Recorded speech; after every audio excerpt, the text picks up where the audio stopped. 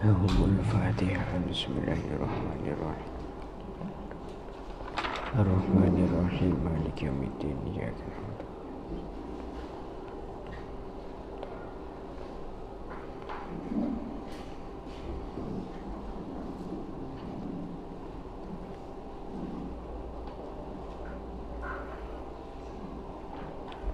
Bismillahirrahmanirrahim. Faqad qala al-muallif rahimahullahu ta'ala wa nafa'na bihi wa bi'ulumihi wa bi barakatihi fid dharaini amin. Allahumma amin. Amin. Bismillahirrahmanirrahim. Wa qala sallallahu alaihi wasallam yashfa'u yawmal qiyamati salasatun al-anbiya'u thumma al-ulama'u thumma syuhada. Wa qala lan dawuh sapa Gusti Nabi Muhammad sallallahu alaihi wasallam yashfa'u paring syafaat yaumal qiyamati ing dalem dina kiamat sapa salah satun wong telu rupane al-anbiya'u para nabi, rupane al-anbiya'u para nabi, summal ulama'u nuli pira-pira wong alim, summa syuhada'u nuli pira-pira wong kang mati syahid,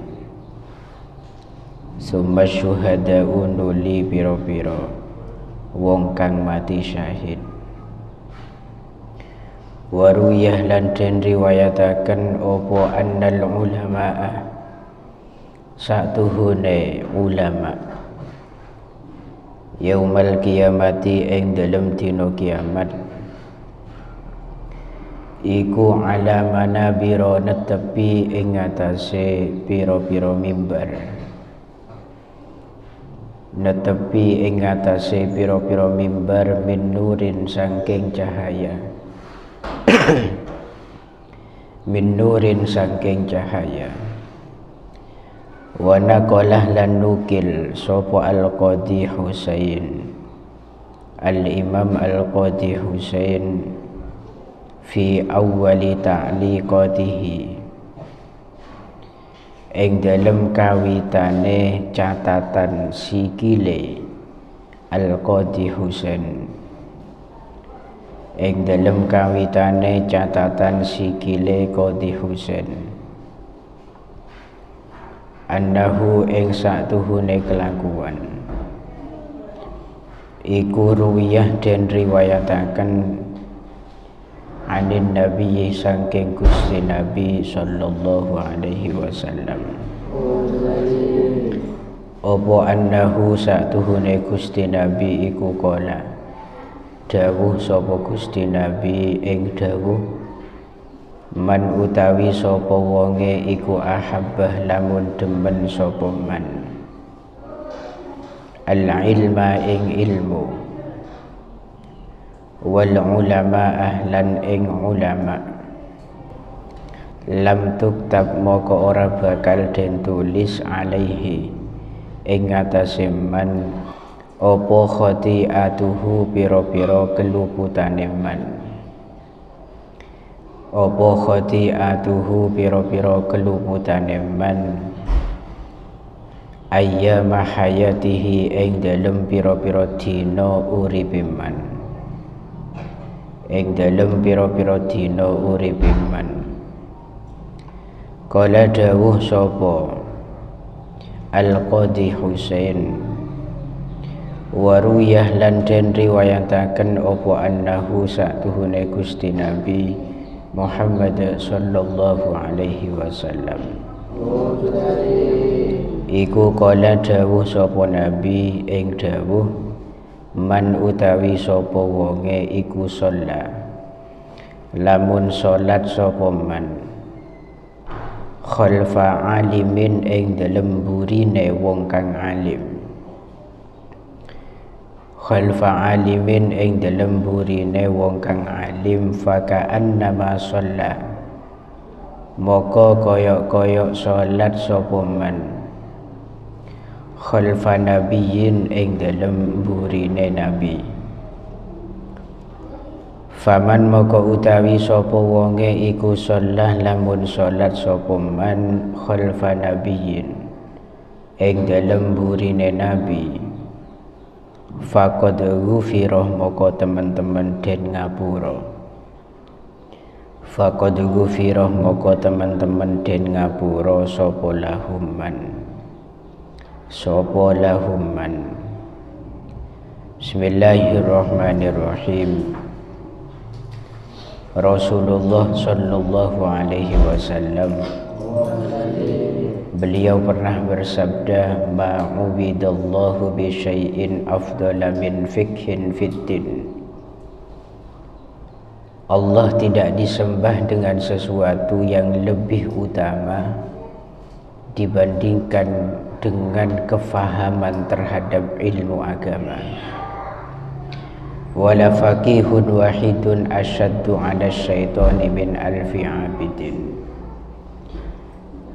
Orang yang memahami ilmu agama, faham tentang ilmu fikih satu saja, itu lebih berat bagi setan dibandingkan 1000 daripada abid, orang yang ahli ibadah namun tidak fakih. Artinya kelaban hadis ini maka sangat jelas perbedaan keunggulan orang yang memiliki ilmu kelaban orang yang tidak memiliki ilmu. Yang pertama bisa kita ambil, kita fahami kelaban tingkat kesulitan setan mempengaruhi orang alim dan orang setan alim. Ada satu makalah yang tertera dalam Manaqibus Syekh Abdul Qadir Al-Jilani. Di sana ada satu keterangan bahwa pada satu saat ketika Syekh Abdul Qadir itu didatangi oleh setan, dan setan itu bilang kepada Syekh Abdul Qadir, inni abahtu lakal muharraman, saya betul-betul telah memperbolehkan kepadamu melakukan hal-hal yang dilarang. Kemudian apa tanggapan Syekh Abdul Qadir? Karena beliau itu orang alim, maka beliau langsung dengan tegas mengatakan, ihsyalia la'in, takutlah kamu wahai yang terlanat. Andaikan setan dikedeteng ke orang setan di ilmu, tentunya dengan senang hati orang yang diomongi setan dengan kalimat inni abahtu lakal muharramat itu pasti setuju. Dan cobalah padan sambian apa jeng tahajud tengah malam pas romoro bedu cahaya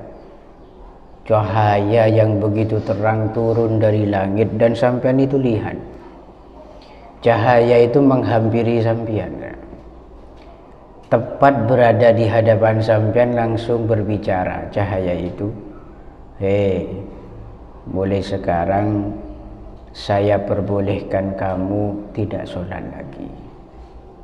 Saya adalah Tuhanmu, dan saat ini kamu sudah menjadi kekasihku, dan tidak perlu lagi kamu untuk capek-capek melakukan sholat. Arek tebak-tebakan, kemungkinan besar respon daripada kita yang sedang sholat pada saat itu akan setuju dengan pernyataan tersebut. Kalau kita tahu dan kita sadar bahwa sesuatu yang ada di hadapan kita itu adalah sesuatu yang aneh, sesuatu yang ajaib, dan sesuatu yang mungkin itu Tuhan dengan ketidaktahuan kita.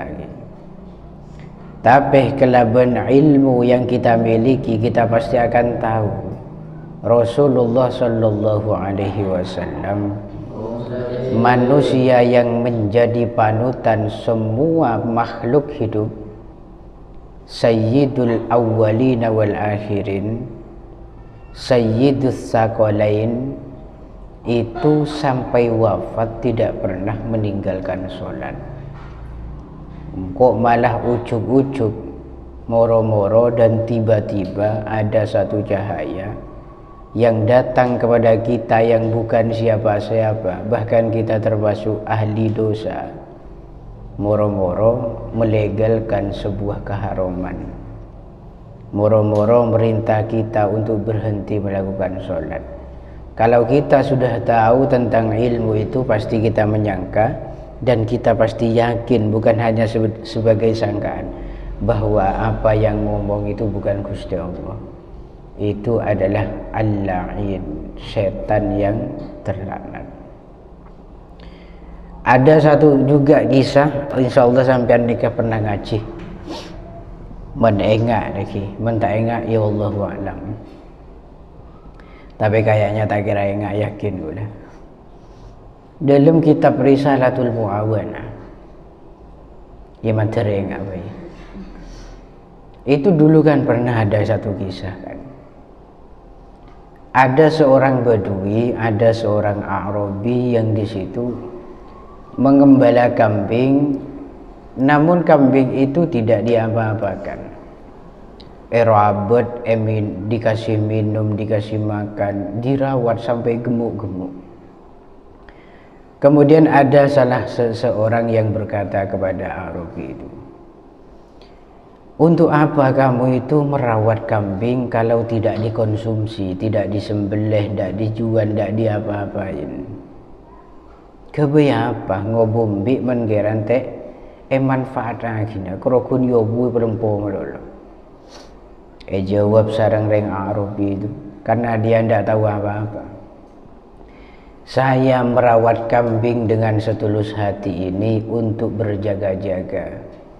Takut di kemudian hari saya ingin berzina, maka tidak perlu melakukan zina, cukup saya hubungan intim dengan kambing ini. Sehingga saya terbebas dari perzinahan. Ini kan orang Badui yang tak paham ilmu. Paham maksudnya? Menganggap jayen zina itu dosa dan hanya bisa dilakukan kelaban menosah, men ben embi ben sapeh nikah oleh anggap benar nikah kan tak oning. Lah sehingga senajan orang Arabi itu termasuk ahlul ibadah, orang secakang ibadah kepengiran, tapi tak memiliki ilmu, kapasitas keilmuan yang memadai, maka sedang-kadang dari sebagian amalannya, perilaku dan perbuatannya itu mengandung maksiat, mengandung dosa yang tidak disadari bahwa itu sebuah dosa. Makanya maksiat yang paling berbahaya itu apabila dilakukan oleh seseorang yang tidak tahu bahwa itu maksiat. Itu bahaya. Ngelakonin perkara yang itu bukan maksiat padahal maksiat. Kesulitannya di mana? Jika ada seseorang yang melakukan dosa dengan kesadaran diri dan ketahuan diri bahwa yang dilakukan itu dosa, maka satu saat ada peluang untuk dia bertobat kepada Allah. Tapi jika itu dilakukan dengan dugaan bahwa sesuatu itu bukan maksiat, bukan kesalahan, maka jangankan sadar, perintah disadarkan oleh orang, maka dia tidak akan mau. Tobat kakek haji salah, jangan sapa, jarang juta salah, yang kui tak salah, repot kena. Nyoro orang minta sepurah, sementara abang ni kata aroma salah. Tempeng orang senyata-nyata ngelakonin salah, ben sadar bahwa apa yang dilakukan itu memang salah. Itu beda. Persamaannya seperti kemarin yang saya contohkan, aja keun orang sepancen ngiddah ben orang sedhe mengiddah orang sepancen tedung ben orang sedung metedung dia tak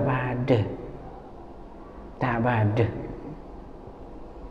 men orang sing ngiddah ku cokop cit kerjitin pinggir aja seltek seguni bikin mereka tek langsung jaga iya rak seguni kopeng langsung jaga tapi men mosobi orang sedhe mengiddah abu makilek sarung etat kentat isu nekuk seken tekunin ngiddah tapi lima beda itu aja soko saya kanan saya kacer ngetek nyaman lidah mengiddah sampai kebunyo ayan tonton pekol sarang jakanjan ajalan pakun ngiddah nyaman lidah mengiddah bagi sampai ke imbung berai pakun ajalan tapi ngiddah enjan tibi lah itulah kesulitannya di sana. Napa boleh zaman mangken zaman yang memuat banyak problematika yang tidak dijelaskan secara gamblang bedeneng kitab-kitab ulama salaf. Kalau hendak kita kaji begitu dalam, kita tidak menuntut ilmu begitu serius, maka kita akan termakan oleh arus zaman menganggap sesuatu itu hal yang boleh padahal sifatnya haram. Itu bahaya. Dalam Nadhum Zubat itu pernah dikatakan fa inna faqihan wahidan mutawarri'an asyaddu ala syaitani min fi abidin. Satu orang fakih yang betul-betul wirai tengah teongku dalam ajalanin kau dianikan itu lebih berat bagi setan dalam menyesatkan dibandingkan 1000 orang ahli ibadah tapi tidak punya dasar keilmuan. Ya bahasa kembang senikah bahasa kembang. Karena kalian orang pinter, ben karena kalian orang bodoh, nikah potensi keberhasilannya ada di mana? Kesuksesan karena kalian nikah ada di pihak yang mana? Ayo cobalah. Nah, karena kalian orang pinter, ben karena kalian orang bodoh, yang pasti akan menjadi korban itu yang mana? Pasti orang bodoh. Gampang karena kalian. Begitu juga trik dan tipu daya setan. Setan itu memberikan tipu daya agar kemudian siapapun yang diganggu itu menjadi tersesat. Itu dengan beberapa hal yang sifatnya menipu. Dan yang tahu terhadap tipu daya setan itu hanya orang-orang yang berilmu. Hanya orang-orang yang berilmu. Apa boleh persoalan yang sifatnya itu samar, seperti dalam kitab apa dulu itu yang pernah kita kaji masalah wiritan kasa. Itu di sana disarankan bahwasanya jangan sampai kita itu memperbanyak melakukan amal kebaikan dengan sangat over. Artinya melebihi kemampuan kita. Karena itu salah satu jebakan dari setan. Artinya kangkui para pemula ngak kuleban panjenengan.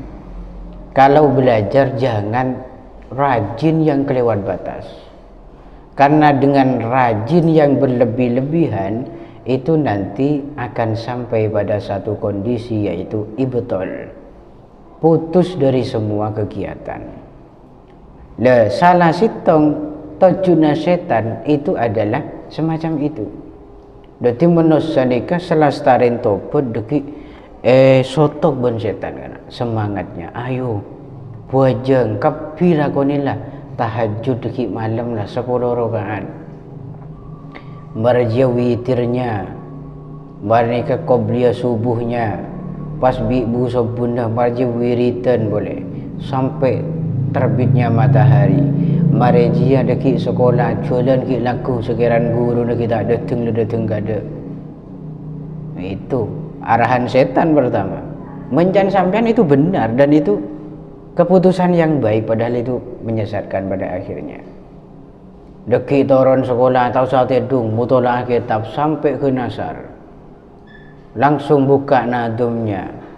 Mereka Madin, turun Madin, tak usah istirahat, langsung ngaji kitab.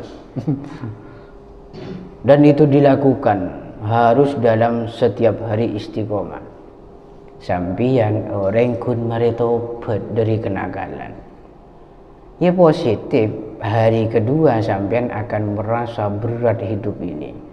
Telepon aroma seberat, Masya Allah, menyimpulkan, ya Allah, mondok ternyata tak semudah yang saya bayangkan.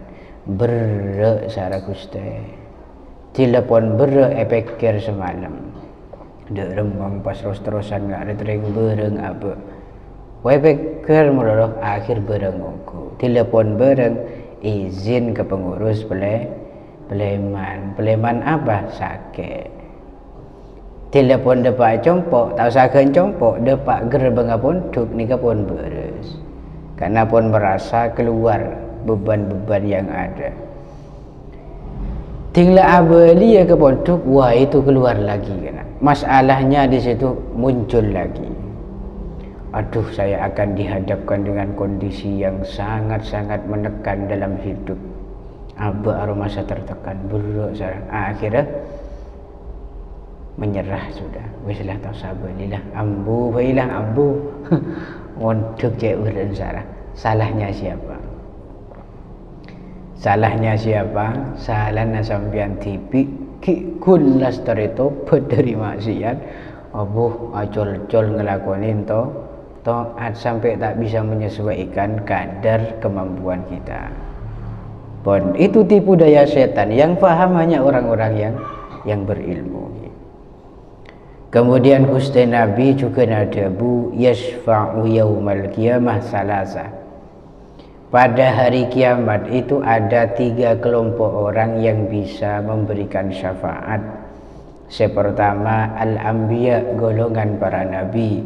Yang kedua al-ulama, golongan ahlul ilmi.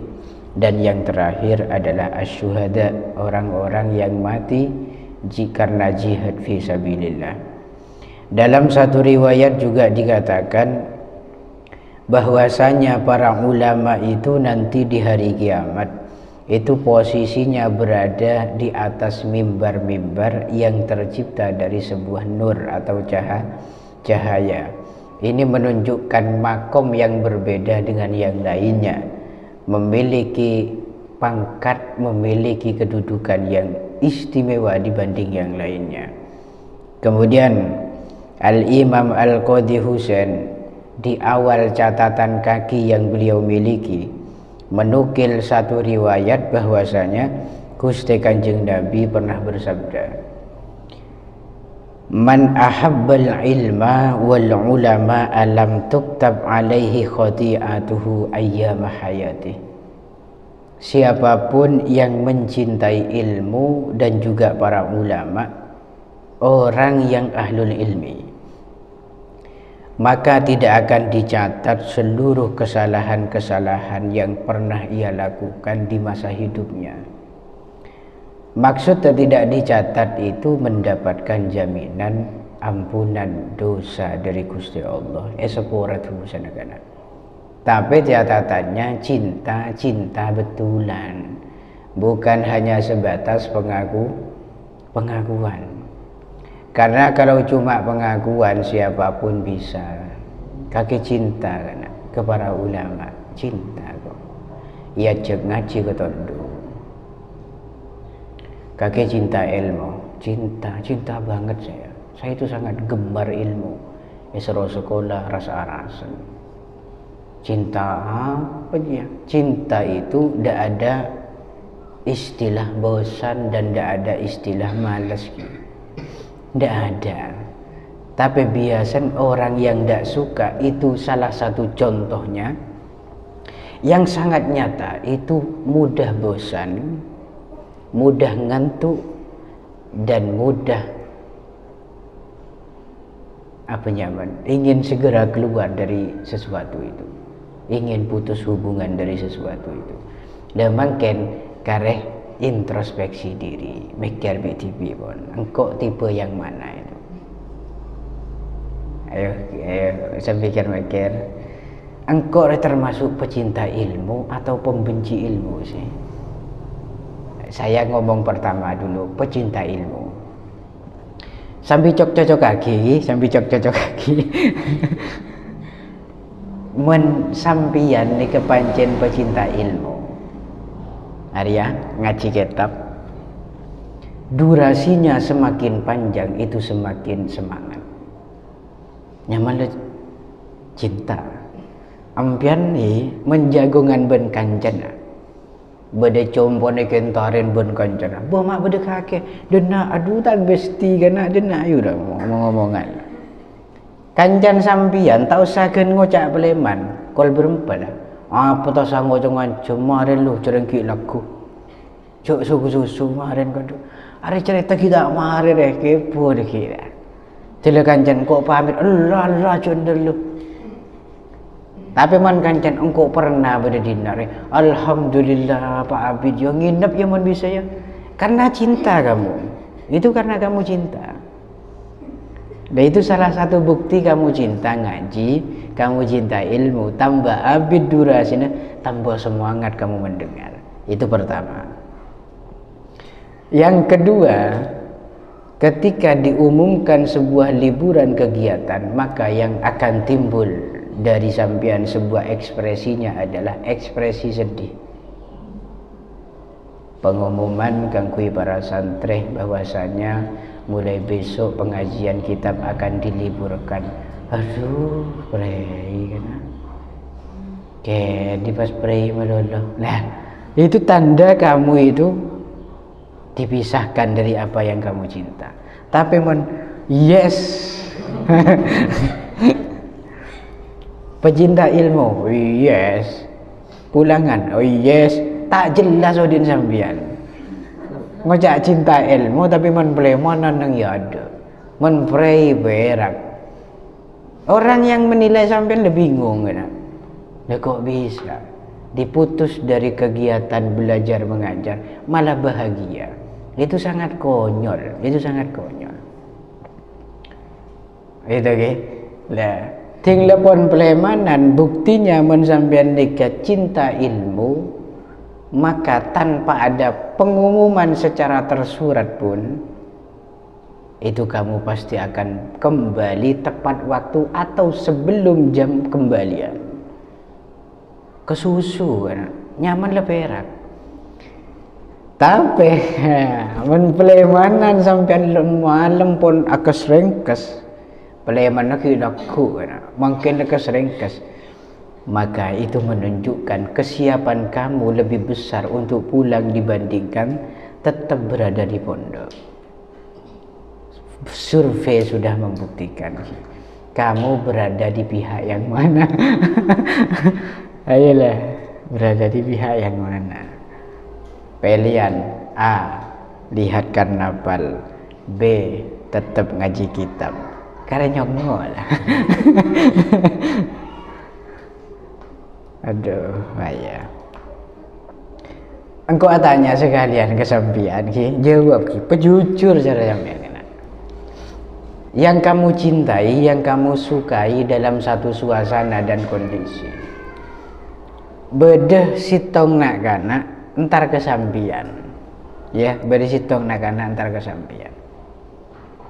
Sepertama ngabarin sampian kitab masuk surga. Yang kedua pesan yang disampaikan beda baban sampian ngirim wak surontan.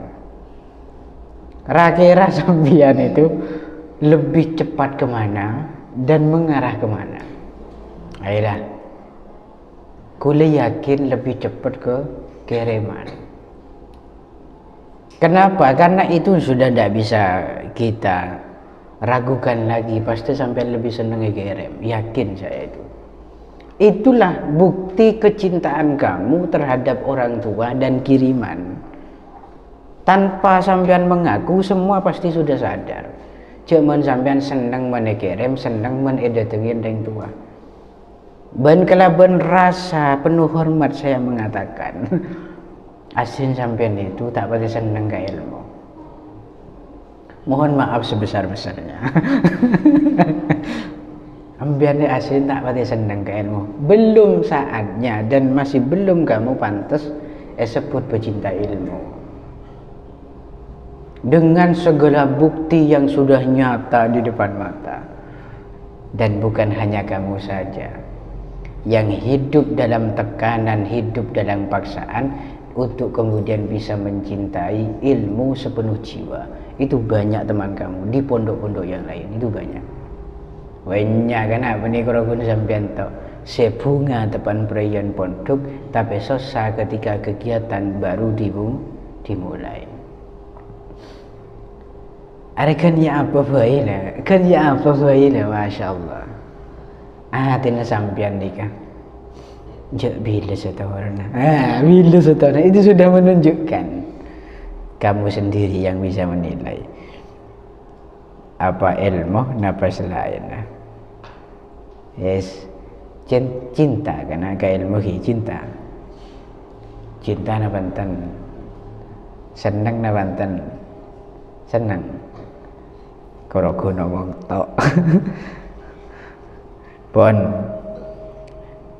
Qala wa ruwiya annahu sallallahu alaihi wasallam qala man shalla khalfa alimin fa ka'annama shalla khalfa nabiyyin wallahu a'lam bissawab. Al-Fatihah.